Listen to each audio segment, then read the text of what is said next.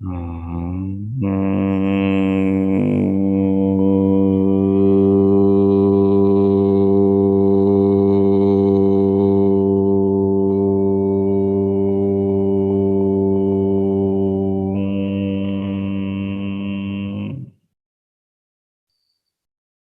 हो वैदिके अमृत ध्यान साधना प्रभात सत्संग में आप सभी साधक साधिकाओं का, उपासक उपासिकाओं का हार्दिक सहयोग, हार्दिक स्वागत है। पूर्व की भांति आज के ब्रह्म मुहूर्त में भी, आज की ब्रह्म वेला में भी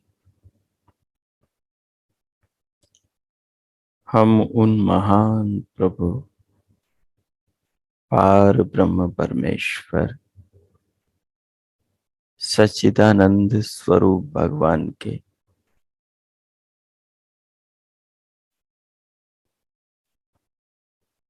महान गुणों का गान करते हुए,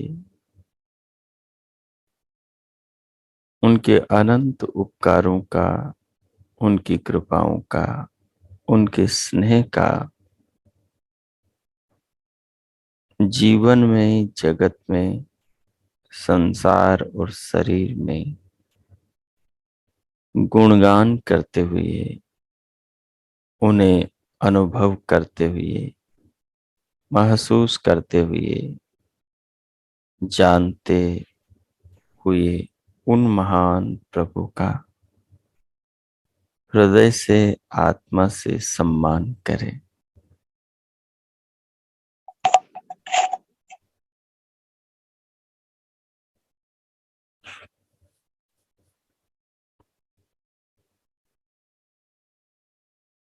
भगवान हमारे जीवन के परम आधार हैं,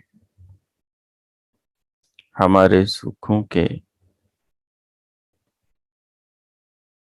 हमारे जीवन को जीवंत बनाकर रखने वाली तमाम शक्तियों के प्रभु ही आधार हैं। इस विशाल पृथ्वी के, सूर्य के, चंद्रमा के, अन्य ग्रह उपग्रहों के,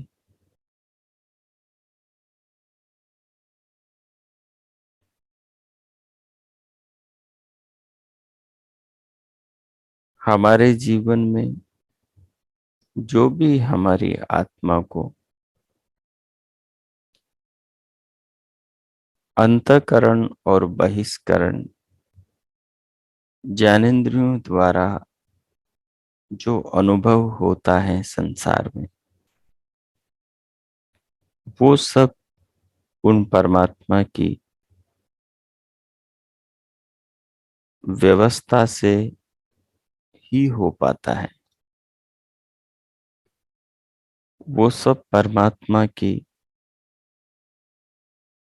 कृपा से ही हो पाता है, और वो सब परमात्मा की निरंतर देह के भीतर की हुई व्यवस्था से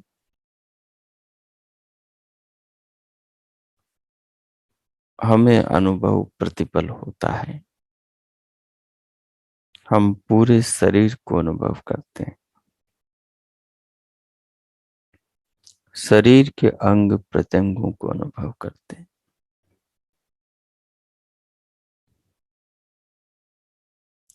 हम संसार को, आसपास के पेड़ पौधों को, पहाड़ पर्वतों को, नदियों को, सागरों को, उगते सूरज को, चंद्रमा को, उसकी 16 कलाओं को, पशुओं को, पक्षियों को, कृमि कीट पतंगों को, इन सबको हम संसार में देखते हैं। हम इन्हें जान रहे हैं, ऐसा हम अनुभव करते हैं। हम स्वयं को जान रहे हैं कि हम ऐसे हैं, ये भी हम अनुभव करते हैं। हम सुबह से शाम तक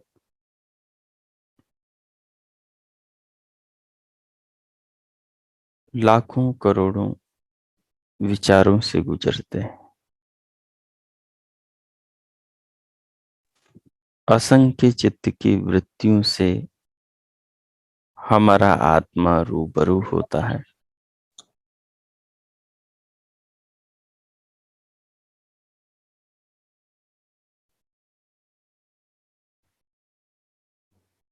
अरबों खरबों बार अलग अलग ध्वनियों को, अलग अलग दृश्यों को दिन भर में हम अनुभव करते हैं।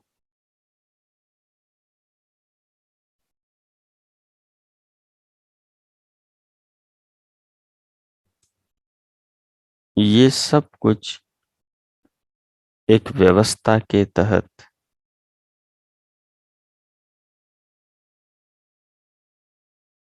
नियमों के द्वारा, ईश्वरीय शक्तियों से,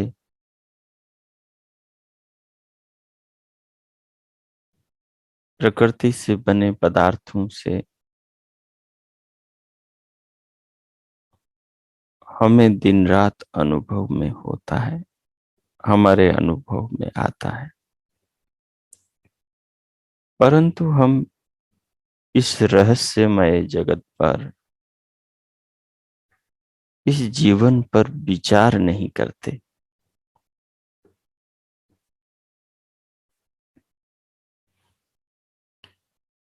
अगर हम विचार करें तो धीरे धीरे हमें लगेगा कि हम एक महान रहस्य के भीतर जीवन जी रहे हैं। हम आदी हो गए हैं बचपन से ही इन चीजों को देखते देखते, इसलिए इन चीजों पर सोचते नहीं है।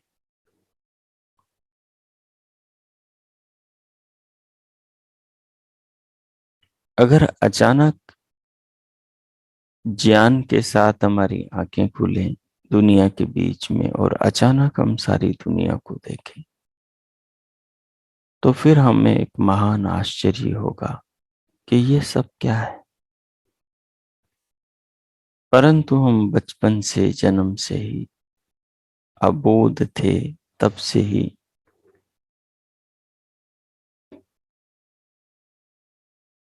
पूरी दुनिया को, जैसे जैसे जो जो हमारे सामने आता गया उस उसको देखते चले आ रहे हैं, तो सहज हमें इतना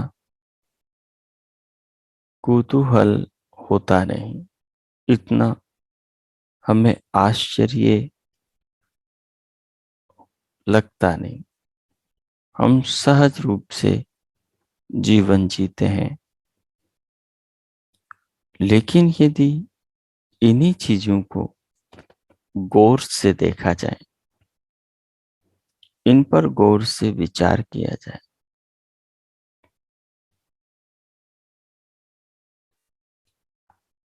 तो जगत रचयिता, जगत सृष्टा, विश्व विधाता की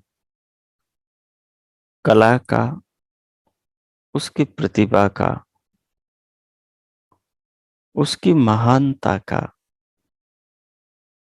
उसके ज्ञान की दिव्यता का दर्शन हमें सर्वत्र होने लगेगा। चाहे वो कोई फल हो, कोई अन्न हो, चाहे आकाश में टिमटिमाते तारे रात्रि का राजा चंद्रमा और दिन का राजा सूर्य हो। चाहे प्राणियों के शरीर हो, पक्षियों के पंख हो,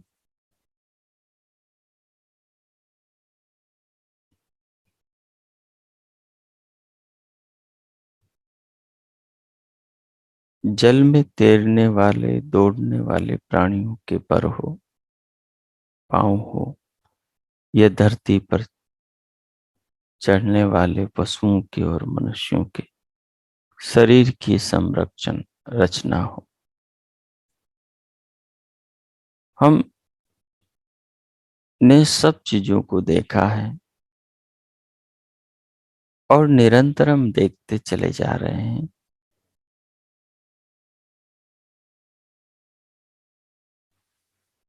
हम इन्हें देखने के आदी हो गए हैं, लेकिन हमने कभी इन पर विचार नहीं किया कि आखिर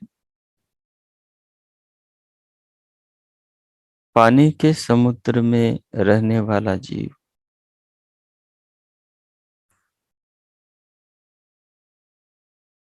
पानी के भीतर कैसे रह लेता है,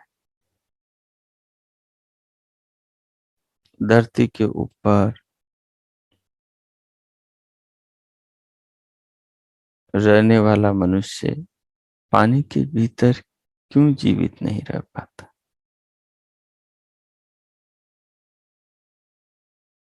पक्षियों की तरह आदमी क्यों आकाश में नहीं उड़ पाता।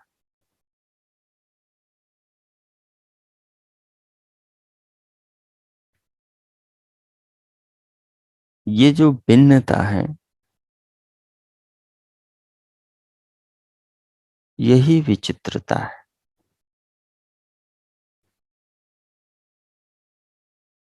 और यही कलाकार की कला का,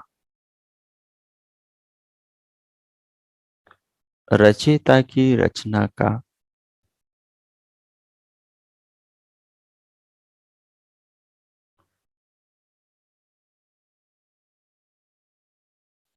उसके ज्ञान का, उसकी प्रतिभा का, उसकी दूरदर्शिता का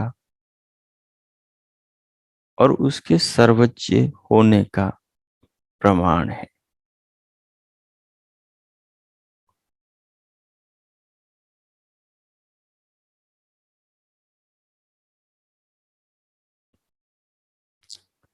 हम दिन भर जीते हैं,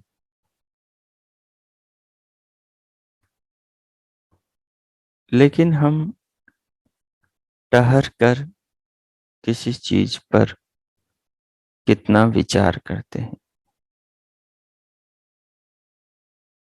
हम इस भाव में आकर कि चलो आज संसार में ईश्वर की रचनाओं पर विचार करते हैं। आज हम 10 चीजें लेते हैं और उन पर आज हम गहन चिंतन मनन करते हैं।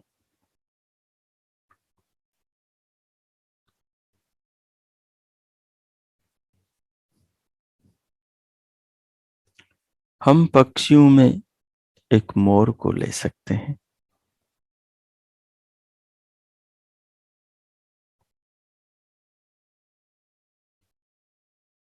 उसके नृत्य को, उसके शरीर की संरचना को, उसके पंखों को शांति से निहार सकते हैं।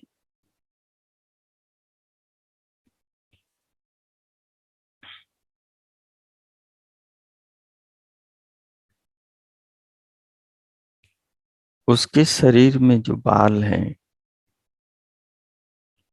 उसके जो पंख हैं, उसके सिर का जो तुर्रा है,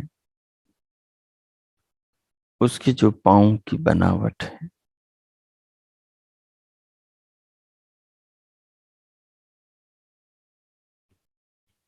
उन सबको लेकर हम उस मोर से पूछ सकते हैं कि इन सब के बारे में तुम्हारा क्या ख्याल है। जैसे हम खुद से पूछें, अपने भाई, अपने बंधु से पूछें कि तुम्हारा जो शरीर है इसके बारे में तुम्हारा क्या ख्याल है। अपने आप से पूछें कि अपने शरीर के बारे में मेरा क्या ख्याल है। स्त्री स्त्री शरीर के बारे में पूछें, अपने आप से पूछें। पुरुष पुरुष शरीर के बारे में पूछें, अपने आप से पूछें।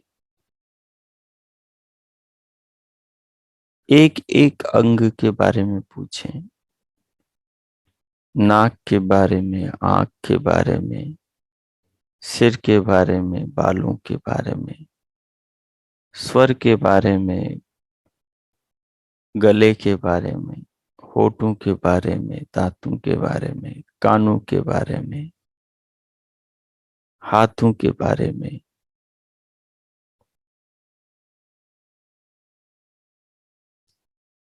पाँव के बारे में, पूरे शरीर की संरचना के बारे में, गर्भ में बनते शिशु के बारे में, शिशु के आने से पूर्व स्तनों में बनने वाले दूध के बारे में अपने आप से पूछें। अपनी काया को, शरीर को सामने रख दें और फिर खुद ही खुद से प्रश्न करें कि इन सब के बारे में वो कितना जानता है। जो मनुष्य का अपने बारे में उत्तर होगा वही मोर का भी होगा, मयूर का भी होगा, वही जंगल के राजा सिंह का, शेर का भी होगा, वही आकाश में उड़ने वाले हर पक्षी का, बाज का, जल में रहने वाले हर प्राणी का, मछली का, कछुए का, केकड़े का, मगर का, वही धरती के सर्वश्रेष्ठ सुंदर प्राणी, महान प्राणी मनुष्य मात्र का होगा। जो आपका अपने आप से ये प्रश्न होगा कि ये सब कैसे, इनका जो उत्तर होगा वही उत्तर सबका होगा। हम ऐसे घर में रह रहे हैं, ऐसे शरीर में रह रहे हैं, ऐसी दुनिया में, संसार में रह रहे हैं जिसको हमने नहीं बनाया है, किसी और का बनाया हुआ है। वो बना भी रहा है, हम देख भी रहे हैं, लेकिन बनाने वाले को हम देख नहीं पा रहे हैं। हमारे सामने बीज अंकुरित होकर पौधा और वृक्ष बन जाता है। हमारे सामने उस पर पत्ते आते हैं, फूल आते हैं, फल आते हैं। वो बचपन से जवान होता है, बूढ़ा होता है, एक दिन मर जाता है। हमारे सामने सागर का खारा पानी मीठा पानी बन जाता है, बादल बन जाता है, बूंदों में बरस जाता है। हमारे सामने रोज सूर्य उदय होता है, किरणें बरसाता है और सांझ को अस्ताचल को चला जाता है। चंद्रमा अपनी चांदनी बिखराता है, धीरे धीरे घटता घटता पूर्णिमा में, अमावस्या में समा जाता है और बढ़ता बढ़ता पूर्णिमा में पूर्ण हो जाता है।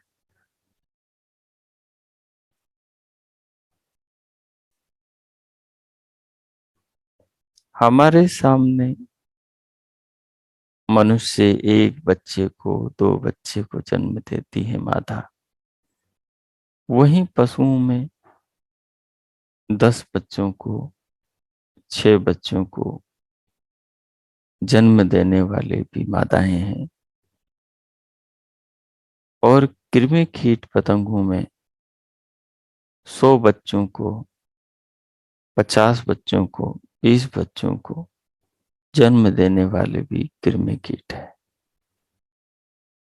हम इन पर विचार सकते हैं।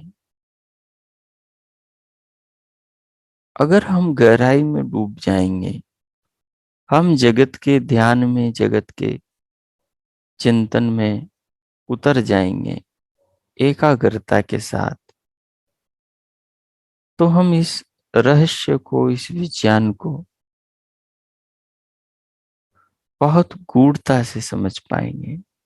हम परमात्मा में प्रवेश करना चाहते हैं, हम परमात्मा को पाना चाहते हैं, हम परमात्मा पर अपने अंदर विश्वास लाना चाहते हैं। हमें संदेह होता है कि दिखता तो वो है नहीं, वो वास्तु में है भी या नहीं।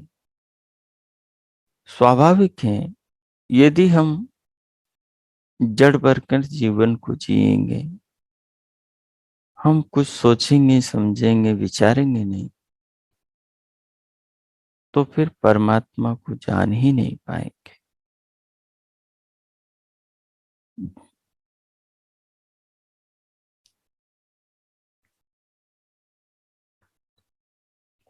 हवाई जहाज बनाने वाले को हम इसलिए महान समझते हैं क्योंकि उसकी हवाई जहाज को नजदीक से हम देखते हैं, उसमें हम आकाश में सैर करते हैं, बादलों के ऊपर हवाई जहाज में हम उड़ते हैं। हम एरोप्लेन में उसकी खिड़कियों, उसके विंडो से, शीशे से जब झांकते हैं, तो आकाश में देखते हैं कि बादलों का भी एक परत है। वो भी ऐसे लगते हैं जैसे कोई जमीन, जैसे कोई पहाड़ पर्वत है। हम उसको देखें और हम लंबे समय तक उस पर सोचें,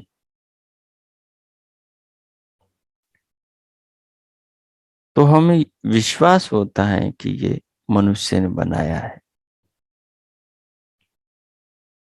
नहीं तो हमें आश्चर्य होगा पहली बार देखेंगे तो कि ये मनुष्य ने बनाया है। अगर हम बार बार सोचेंगे, अगर हम उस कारखाने में चले जाएं जहां हजारों मशीनें एरोप्लेन के, वायुयान के पुर्जों को बना रही हैं, और वो मैकेनिक मिस्त्री उसके सब पुर्जों को, नट बोल्टों को जोड़ रहा है, नट बोल्ट कस के पुर्जों को, और हमारे सामने सब बिखरे हुए पुर्जों को, अवयवों को उसने नट बोल्टों से कस के पूरा वायुयान बना दिया और हमें बिठाकर आकाश में उड़ाया। तो हम फिर विश्वास करेंगे, फिर हमारे भीतर एक चित्र बनेगा कि ये मनुष्य ने, वाह क्या बात है, कैसी चीज बनाई है। अगर हम परमात्मा की सृष्टि में इस प्रकार से उतरें और जैसे एक मनुष्य के बनाए हुए वायुयान को, उसके एक एक अवयव को समझते हुए उसको बनता हुआ देखे, तो फिर हमें उस मनुष्य पर विश्वास होता है कि ये बड़ा महान है।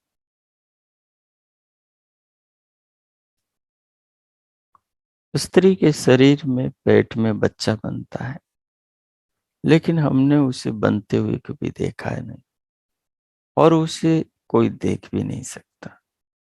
लेकिन शरीर कैसा है भीतर से, इसे देख सकता है। मनुष्य इसे जान सकता है। अपने पूर्वजों ने इसे जाना है। हम मनुष्यों के बनाए यंत्रों को देखते हैं और जानते हैं, और उन पर हम बहुत फक्र, उन पर हम बहुत अपने भीतर सम्मान आदर लाते हैं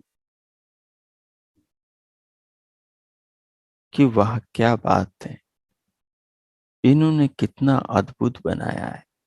ये तो बहुत बड़े ज्ञानी हैं, ये बहुत बड़े विद्वान, इस कला के ये तो बहुत ही होनहार प्रतिभाशाली व्यक्ति हैं। लेकिन हम मनुष्य के शरीर को देखें भीतर से। ऋषियों ने देखा, उन्होंने कहा नाभि चक्रे काया व्यूह ज्ञानम। यदि तुम चक्र पर नाभि चक्र पर संयम करते हो, धारणा ध्यान समाधि लगाते हो, तो काय व्यूह ज्ञानम, तो शरीर की रचना का तुम्हें ज्ञान हो जाता है। अब हमने वायुयान बनाने वाली कंपनी में, फैक्ट्री में जाकर देखा, एक एक पुर्जे को देखा, तो हमारे दिमाग में एक चित्र बना, और उस चित्र ने हमें बताया कि इसके बनाने वाला मनुष्य कितना महान है। अब ये मनुष्य जब भी हमारे सामने आएगा, ये कब सामने आएगा? जब भी इसका विमान हमारे सामने आएगा। उसे हम कहीं कागज में, फोटो में देखेंगे, कहीं हम उसे टीवी टेलीविजन पर देखेंगे, कहीं हम उसे समाचार पत्र में देखेंगे, कहीं हम यात्रा करते हुए उसे साक्षात अनुभव करेंगे। तो हम उसके बनाने वाले उस कंपनी, उस मनुष्य के दिमाग पर गर्व करेंगे कि वाह क्या बात है, कि इसने कितनी अद्भुत चीज बनाई। अगर हम इसी तरह ऋषि पतंजलि के हिसाब से शरीर में नाभि चक्र पर रिसर्च, अनुसंधान करें, तो हम अपने शरीर की रचना को जान सकते हैं। तो शरीर की रचना को जानकर शरीर के बनाने वाले पर फिर हमें गर्व होगा। और जैसे वायुयान हमें समाचार पत्र में, टेलीविजन पर, आकाश में उड़ता हुआ जहां पर भी देखने को मिलेगा, हमें तत्काल उसके बनाने वाले का ख्याल आएगा। इसी प्रकार जब हम एक बार अपने शरीर को भीतर से जानेंगे, तो फिर जितने भी दुनिया में शरीर हैं, क्योंकि सब शरीरों का बनाने वाला एक है। वायुयान का बनाने वाला अलग है, ट्रेन का बनाने वाला, रेलगाड़ी का बनाने वाला अलग है, पानी के जहाज का बनाने वाला अलग है।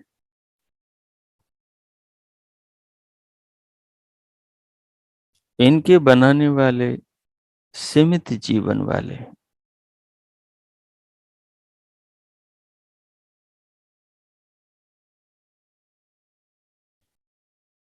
उनकी रचनाओं में कभी त्रुटि भी रहती है, लेकिन शरीर को बनाने वाले, सबके शरीर के बनाने वाले की रचना में कोई त्रुटि नहीं, और वो एक है। मनुष्य के शरीर को देखेंगे तो उससे आभास होगा।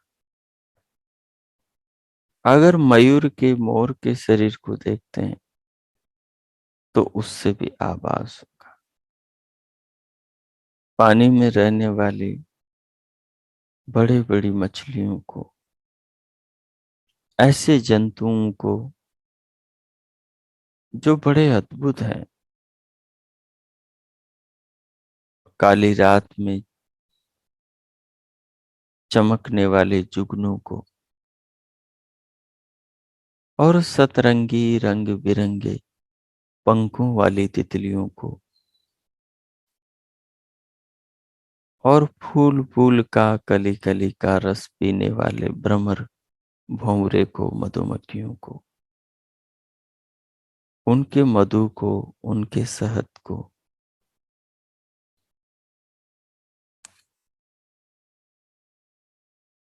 जैसे मनुष्य के शरीर से पसीना निकलता है, पेड़ पौधों से गोंद निकलता है। अगर हम संसार में जो परमात्मा के चमत्कार हैं, यदि उन पर हम विचार करें तो हम एक परमात्मा के एक विशाल महान कभी नहीं अंत आने वाले रहस्य में उतर जाएंगे। अब हम दिव्य प्रकाश को देखते हैं तो सृष्टि कैसे बनी इसकी रचना का हमें सूक्ष्म संकेत मिल जाता है। अब हम दिव्य नाद को सुनते हैं तो पूरे यूनिवर्स, पूरे ब्रह्मांड में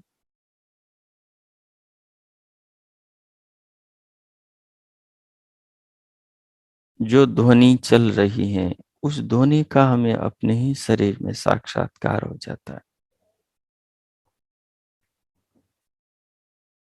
हम ईश्वर के अद्भुत लोक में, हम ईश्वर के अद्भुत रचनाओं के, जिनसे पूरा जगत पूरी तरह भरा हुआ है, कोई जगह खाली नहीं है,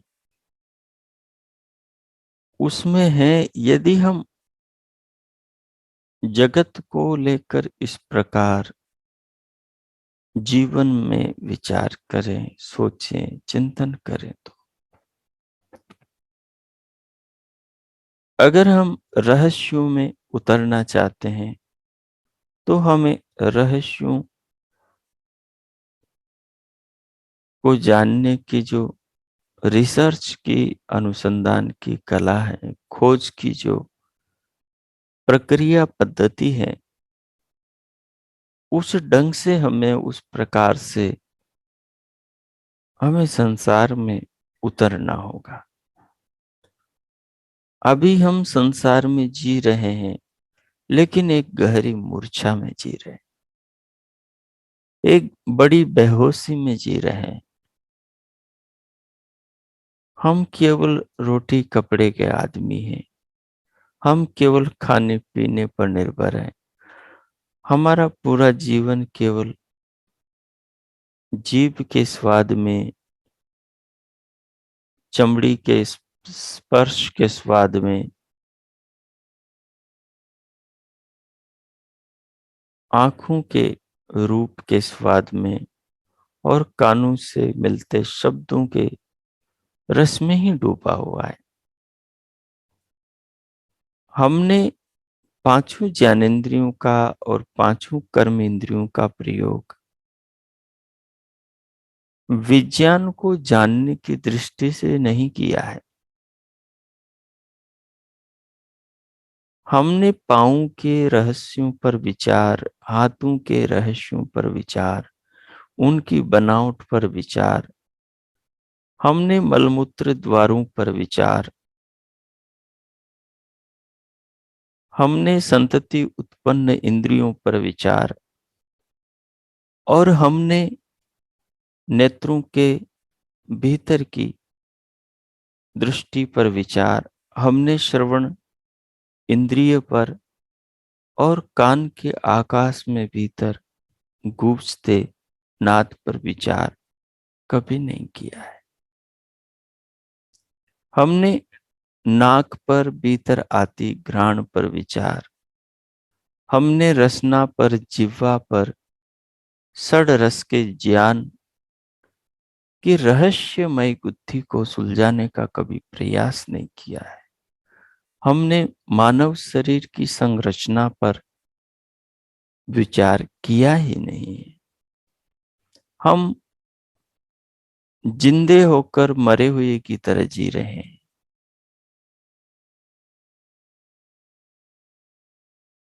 हम इन रहस्यों को विवेक के चक्षु खोलकर समझने का प्रयास कर ही नहीं रहे हैं।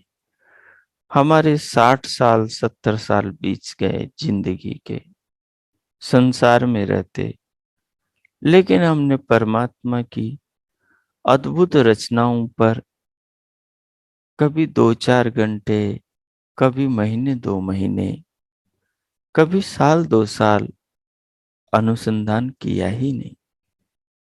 शायद हम संसार में हजारों लाखों अरबों खरबों प्राणी हैं। 84 लाख योनियां हैं। 21 लाख योनियां पेड़ पौधों की, 21 लाख योनियां कीड़े मकोड़ों की, 21 लाख योनियां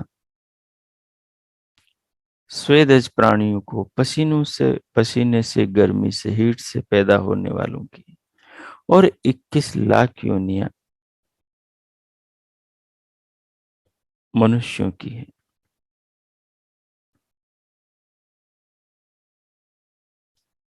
84 लाख योनियां सबकी मिलाकर इस पूरे ब्रह्मांड में फैली है, जिनसे हम उनमें से हम कुछ से परिचित हैं।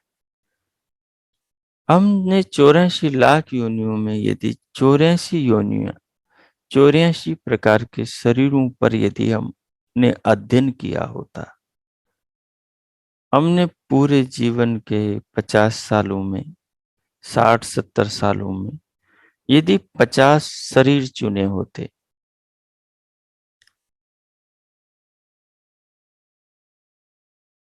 अलग अलग प्रजातियों में, अलग अलग देशों में जो मनुष्यों के शरीर मिलते हैं उन पर, और अलग अलग जो पशुओं के शरीर उन पर, और अलग अलग पक्षियों के शरीरों पर, और पानी में रहने वाले जलचरों के शरीरों पर, और अलग अलग पेड़ पौधों के शरीरों पर, उनके फलों पर, उनके रसों पर, उनके पत्तों पर, उनके औषधीय गुणों पर, यदि 50 चीजों पर यदि हमने अनुसंधान किया होता, तो हमें दुनिया के बनाने वाले की वो छवि मिलती, अमूर्त, आंखों से दिखाई नहीं देती, लेकिन न दिखाई देने वाली निराकार छवि का जो बुद्धि में जो दर्शन होता, अंतकरण में जो उसकी प्रतिभा का,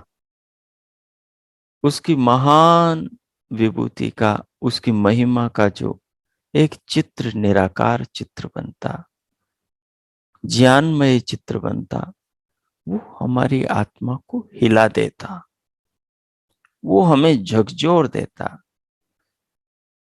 ये जीवन कितना महत्वपूर्ण है, इसके मूल्य का महत्व, इसके मूल्य का बोध करा देता। लेकिन हम तो ऐसे जी रहे हैं जैसे पशु जी रहे हैं। उनको कहीं से घास मिल जाए, उनको कहीं से खाने पीने को मिल जाए, बस खा लिए, पी लिए, सो लिए। हम दिन रात पैसे के पीछे लगे हुए हैं, जैसे कोई यहाँ पर हम जो बना रहे हैं इनमें सदा रहने वाले हैं। हम पीढ़ियों का इंतजाम खुद करना चाह रहे हैं, और सब चिपके हुए हैं। और माँ बाप अपने बच्चों को उपदेश दे ही नहीं रहे कि तुम्हारा जीवन इस प्रॉपर्टी के लिए ही नहीं है। तुम्हारा जीवन तुम्हारी खोज के लिए, संसार के मालिक ईश्वर की खोज के लिए, इस दुनिया को पढ़ने, समझने, जानने के लिए। जैसे हम मरेंगे वैसे ही तुम्हें भी मरना पड़ेगा। तुम रात दिन पैसे के पीछे दौड़ मत लगाओ। हमने क्या पाया पैसे के पीछे दौड़ लगाकर? आज भी वही रोटी सब्जी खा रहे हैं, आज भी वही फल सब्जी खा रहे हैं, आज हम करोड़ों अरबों के मालिक हो गए, बंगले कोठियों के मालिक, कार मोटर के मालिक हो गए, सोना चांदी के मालिक हो गए, लेकिन आज भी हम वही खा रहे हैं, वही पी रहे हैं। आखिर क्या हम संतुष्ट हैं अपने जीवन से? अंदर से अपने प्रति घिन आने लगेगी कि पूरा जीवन बर्बाद कर दिया पेट के लिए, रोटी कपड़े के लिए। महान जीवन मनुष्य का मिला था इस संसार के रहस्यों को खोजने के लिए, संसार में भगवान की अद्भुत अद्भुत रहस्यों को जानने के लिए, रचनाओं का अवलोकन करने के लिए। कहते हैं योगी समाधि में बैठा बैठा पूरे ब्रह्मांड को जान लेता है। सोचो कितना बड़ा सुख मिलता होगा। एक जुगनू के प्रकाश के बराबर का ज्ञान बच जाता है, बाकी सारे आकाश के बराबर का सब कुछ जान लेता है योगी। सोचो कितना सुख मिलता होगा। यत् प्रापणीयम तत् प्राप्यम, जो प्राप्त करने योग्य था सब पा लेता है, और जो छोड़ने लायक त्याज्य वो सब कुछ छोड़ चुका होता है। जीवन से जाता है, शरीर छोड़ता है तो सम्राट होकर जाता है। भीख मंगा नहीं, रोता बिलखता नहीं, हाय मेरे पैसे छूट गए, मेरी प्रॉपर्टी छूट गई, मेरे बच्चे छूट गए। रोता गिड़गिड़ाता बिलखता दीनहीन होकर नहीं मरता, सम्राट होकर मरता है।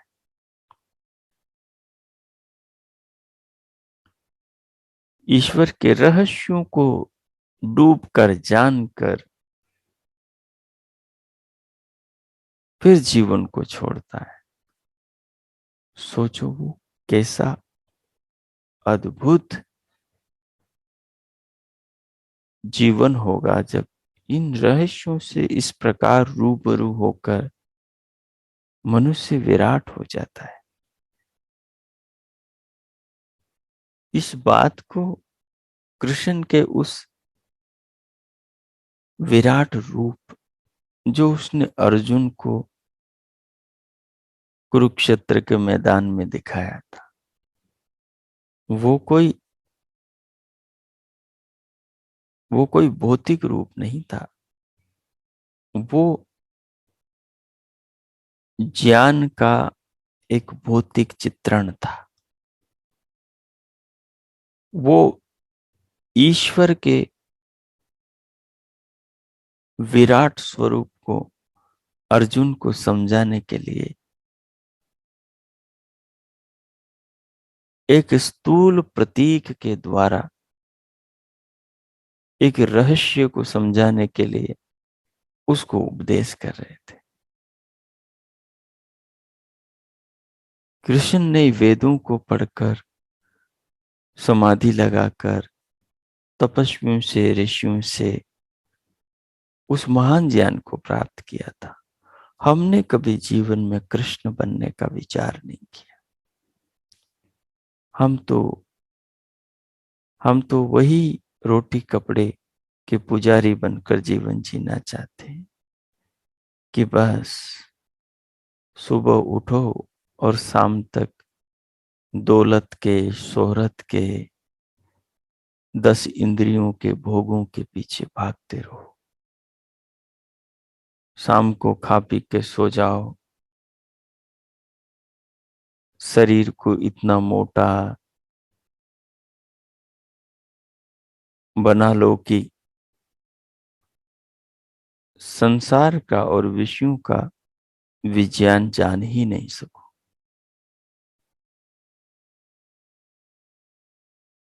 आज इस दवाई पर, कल उस दवाई पर, आज इस हॉस्पिटल में, कल उस हॉस्पिटल में, आज इन डॉक्टरों के, कल उनके।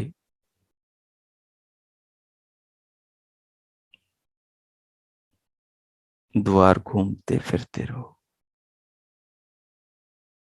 हम जीवन को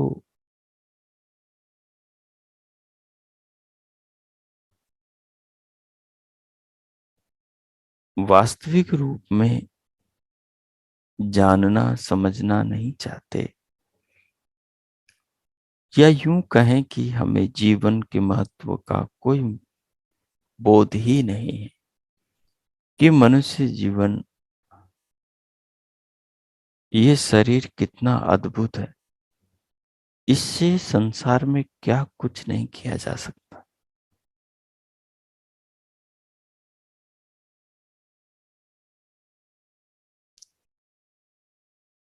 तो ऋषियों के पद चिन्हों पर चलकर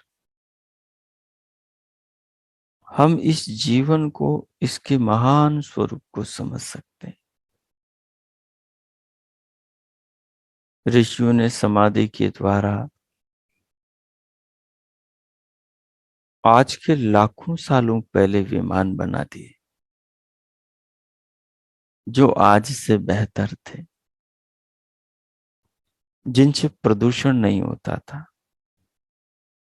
ऋषियों ने आज से हजारों लाखों सालों पहले ऐसे शस्त्र, ऐसे आयुध बनाए, जिनके बारे में आज कल्पना तक नहीं करी जा सकती। ऋषियों ने ऐसे शरीर चिकित्सा के यंत्र बनाए, रोगों के नाश करने वाली औषधियों की खोज करी, जो आज सारी दुनिया के दुखों को दूर कर रही। हमने इस प्रकार से संसार में कोई रिसर्च, कोई खोज, इन रहस्यों के अंदर उतरने की योजना बनाई क्या?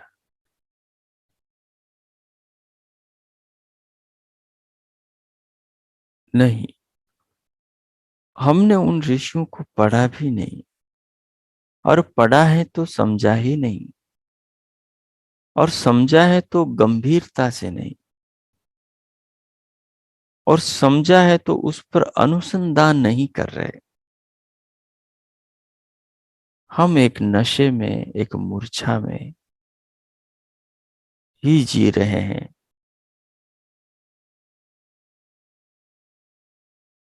हम फ्री होकर भी फ्री नहीं, हम खाली होकर भी खाली नहीं। जैसा जीवन आदमी जीता है, वैसे ही विचारों से दिन रात भरा रहता है। जैसा व्यक्ति पढ़ता है, सुनता है, वैसे ही विचारों से भरा रहता है।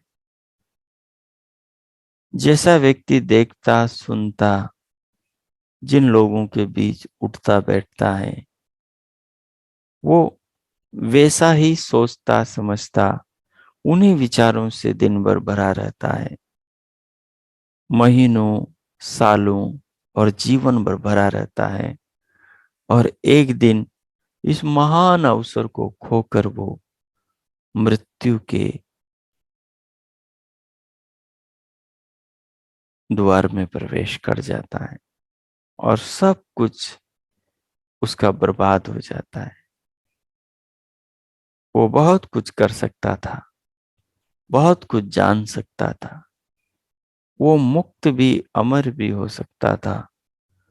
वो एक दूसरे लोक, परलोक, मुक्ति के लोक को भी देख सकता था। संसार के मृत्यु लोक का तो उसने अनुभव किया संसार में रहकर।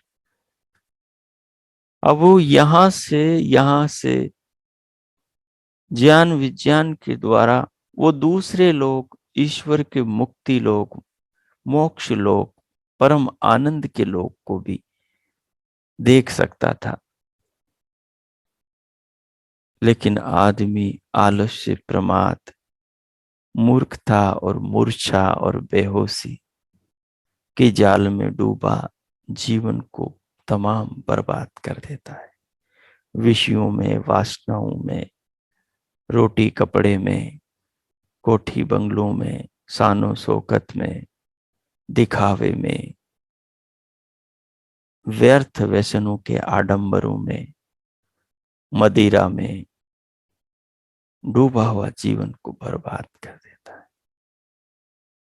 और अंत में पशुओं की तरह, किरमे कीट मकोड़ों की तरह बिलखता हुआ, मौत से डरता हुआ मर जाता है। जबकि भगवान ने तो मुक्ति पाने के लिए, विश्व रचयिता ने तो ये मानव शरीर बनाया ही उद्यानम ते पुरुष नावयानम, संसार में ऊपर उठने के लिए था।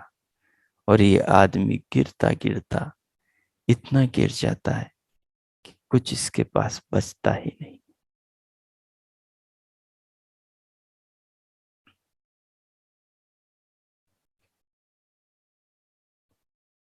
इस पर विचार करें आप, अपने जीवन की दशा को देखें और क्या कर रहे हैं,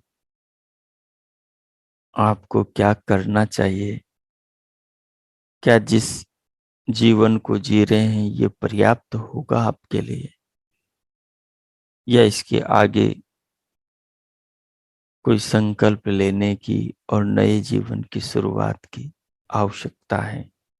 मैं मौन होता हूं 5 मिनट। अब आप इस पर विचार करें,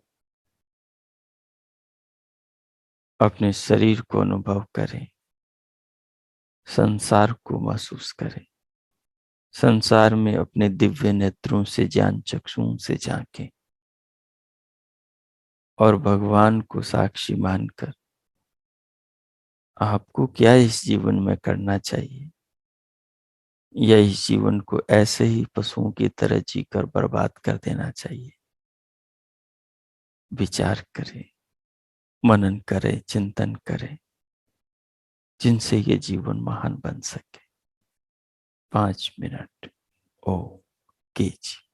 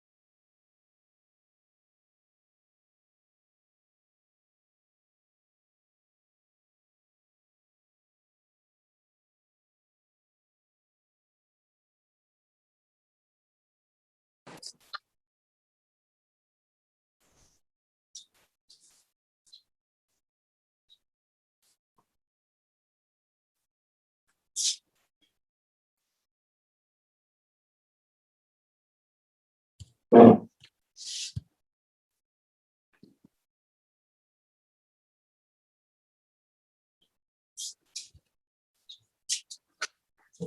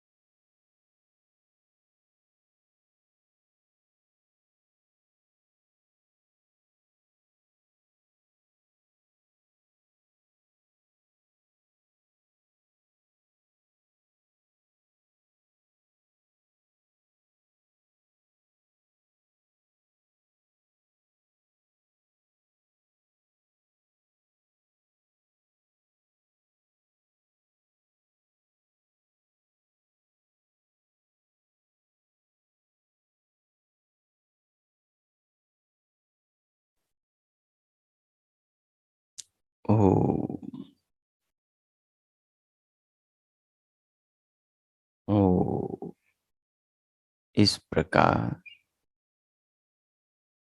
जीवन के महत्व के बारे में और इस जीवन में क्या करना महत्वपूर्ण है, इसके बारे में विचार करते हुए, चिंतन करते हुए,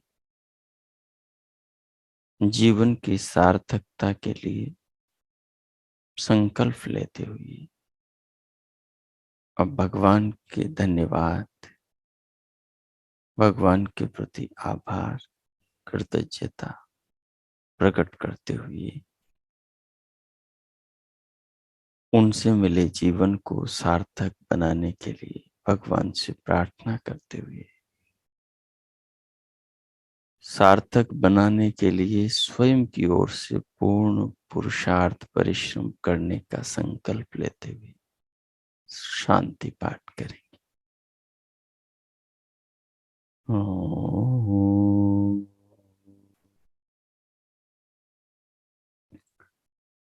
ओम ओम। शांति शांति शांति। ओम।